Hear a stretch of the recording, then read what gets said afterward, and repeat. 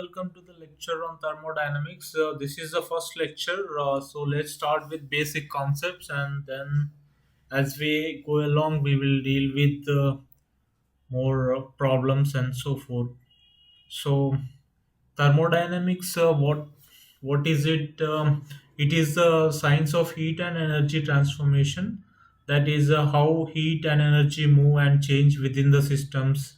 Also, how the heat, energy, and work are related, and so forth. So, for example, for an engine to work, we give heat as the input energy and it does work.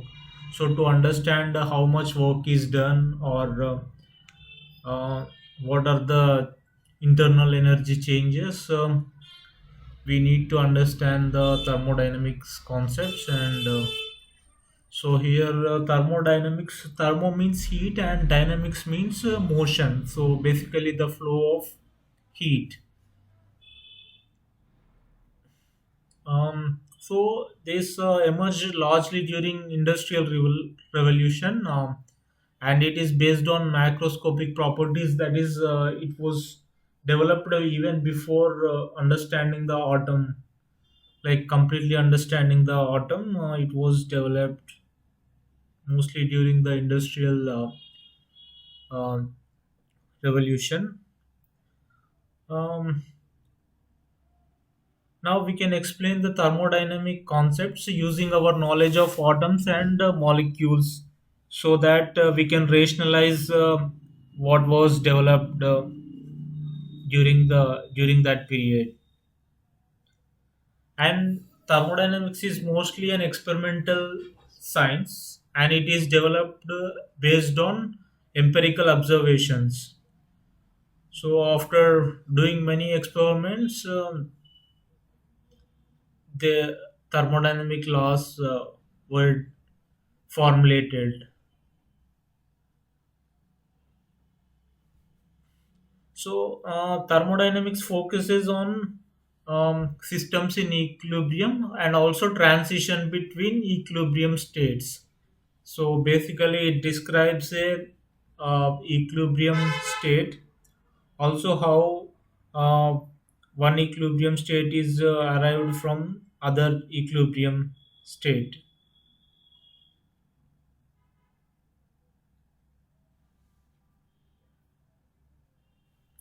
And also it is based on empirical observations and experimental evidence. So based on that, four fundamental laws of thermodynamics were given, namely zeroth law, first law, second law, and third law. So zeroth law, it states that if two systems are in thermal equilibrium with the third system, then they are in thermal equilibrium with each other. Basically, so that gives us a concept of temperature. Whereas first law tells about, so zeroth law gives the concept of temperature. First law gives the concept of energy conservation, that is energy can neither be created nor destroyed, but only it can be transformed from one form to another form. And second law gives about entropy, which is the measure of disorder.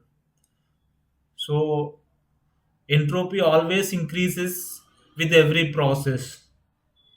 So it so that gives a direction of time. So for example, currently we are, suppose we are doing a process, we started at time t naught, and after a time period, let's say t seconds, then um, whatever the changes that occur, so basically the changes are being um, can be identified with the time. For example, at T naught, something had the processor started, and T1 it transforms and changes. At T2, it changes again, and so forth. So that's how direction of time uh, is. For example, if we are heating a water in a container. If we are heating that, so the temperature keeps on increasing.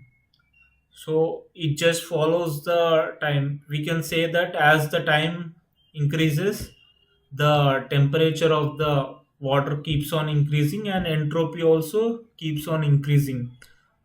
So um, entropy here is just showing the direction of time. And third law states that absolute zero Kelvin is unattainable. Uh, so basically, third law, what it says is we can't. So in the second law, what the essential thing is, we cannot convert all heat into work. Suppose if we want to do work using heat as an input energy, somewhere along the way we are going to waste some of the energy. So that's what second law says, and third law says that if we have to convert the whole heat energy into work, we can only do that at 0 Kelvin.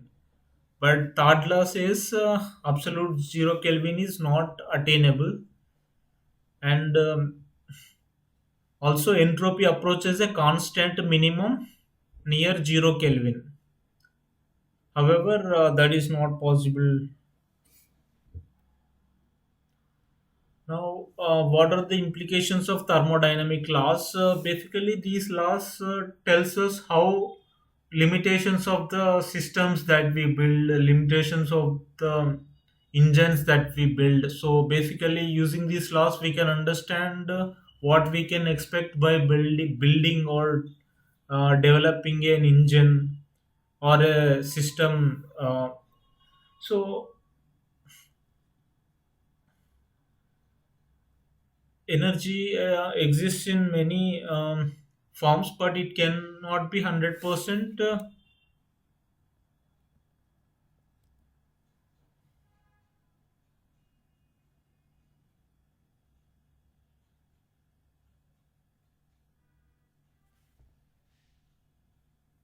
Energy exists in many forms, but cannot be 100% efficiently converted to work. So that uh, is told by second law of thermodynamics, which is also based on empirical observations. So and the second law, heat work efficiency is limited unless at absolute 0 Kelvin. So only when we go to 0 Kelvin, uh, we can get full efficiency of heat to work. And the third law says that absolute zero is unattainable, so that it says there would be energy loss in the process. And the thermodynamics shapes our understanding of engines and natural process and even the universe basically. Thermodynamic definition. The firstly the system. So system is a specific part of the universe that we are studying. For example, a container having a liquid, so that can be considered as a system. So we are here considered only about what is happening to the container having that liquid, and also the container and the liquid. That's what we focus. Then that can be considered as a system. Whereas boundary is what separates the system from the surroundings. So either the boundary can be real or imaginary surface. Now, so where that boundary is there, that defines the system limits. There are different types of systems. So this is very important while we solve problems and so on. So because we get constraints based on these definitions of the system. If it's an open system, both mass and energy can flow freely. For example, if we are boiling milk in a vessel without a lid, as we keep heating, the heat energy from the vessel will go outside, that is energy will go, as the milk expands, the mass also can be flown outside.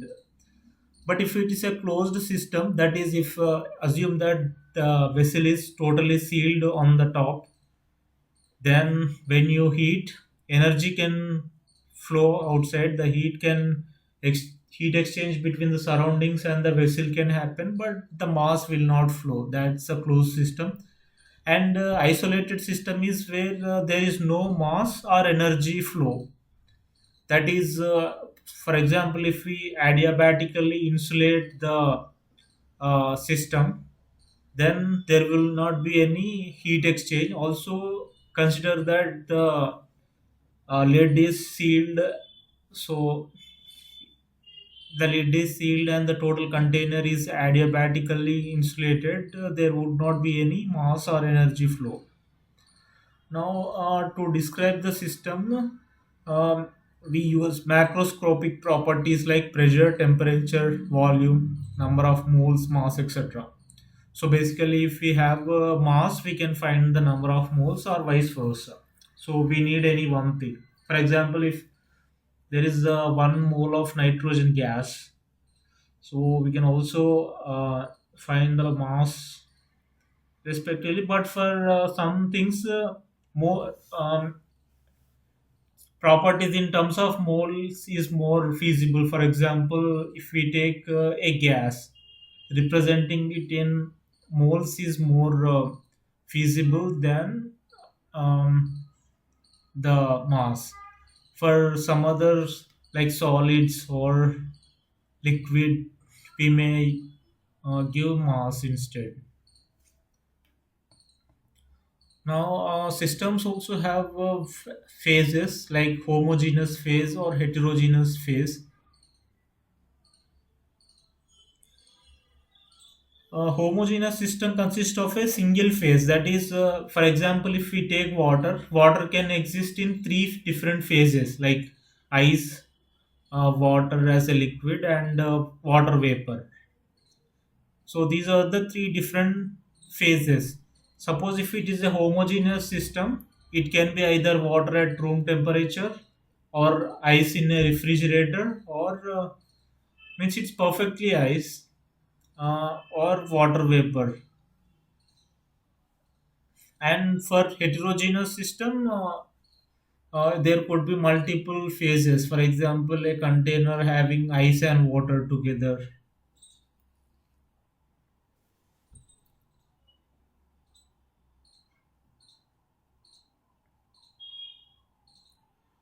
So, the system could be of in equilibrium or non-equilibrium. So, what does equilibrium means is that the properties describing the system do not change over time or space. Consider a container having gas, and if you take any point in the container, the pressure should be same. That implies that container with gas, that system is in equilibrium. Or also, they do not change with time as well. For example, let's say now we have a certain pressure for that gas in the container. Now, when we define it as equilibrium, it should stay the same temperature and pressure until a transition occurs. So we define that system only when it is in equilibrium. Until it is disturbed, it should be, means whatever the conditions that are causing the system to be what it is now, as long as those conditions are there, the properties of the system should not change. That implies the system is in equilibrium. And thermodynamics can describe only equilibrium systems and transition between the equilibrium states. So, in order to define the components in a system may have multiple phases but fewer components. Like, for example, if we take ice and water, here we have two phases but the component is only H2O. Similarly, system properties. First, we can classify the properties of the system into two categories. One is extensive property and intensive property. So here extensive properties depend on the size of the system and scale with it. For example, volume and mass. If we double the volume doubles, and if the mass is doubled, then system doubles in size. Basically, if we add 1 liter of water to a container, then again if we add another liter, basically the system size here is varying. When it is about intensive properties, these do not depend on the size of the system. Like pressure, temperature, they remain constant regardless of the system size. For example, if we take a container and initially we pour 1 liter of water. Secondly, again we take from the same source, suppose water at room temperature, and then we add to it. The temperature is not going to be changed. So it is the temperature is not dependent on the size here. So that means this is an intensive property. Um, so we have variables pertaining to the system. So these variables describe the system. Um, like for example, to describe, so these variables describe the system at different states. So in equilibrium state, whatever the variables that describe the equilibrium state, those are the state variables, and these are independent of system's history or how it reached. So here the concern is not about how we reach to that equilibrium state, but when we are in equilibrium state, what are the properties. So the properties that describe the system when it is in equilibrium, those are state variables. And examples are pressure, temperature, and volume. Similarly, we have volume and etc. And similarly, we have work and heat. So these are not state variables. Rather, these describe how the equilibrium state is attained. So it doesn't represent the equilibrium state, rather it represents the how the equilibrium state is reached or attained. So earlier we have seen the definition of thermodynamics, where it said thermodynamics talks about equilibrium states and how the equilibrium states are achieved. So this is the end of the basic concept of thermodynamics. In the next lecture, we will see more concepts, basic concepts of thermodynamics, and we keep advancing on concepts uh, thereafter. Thank you.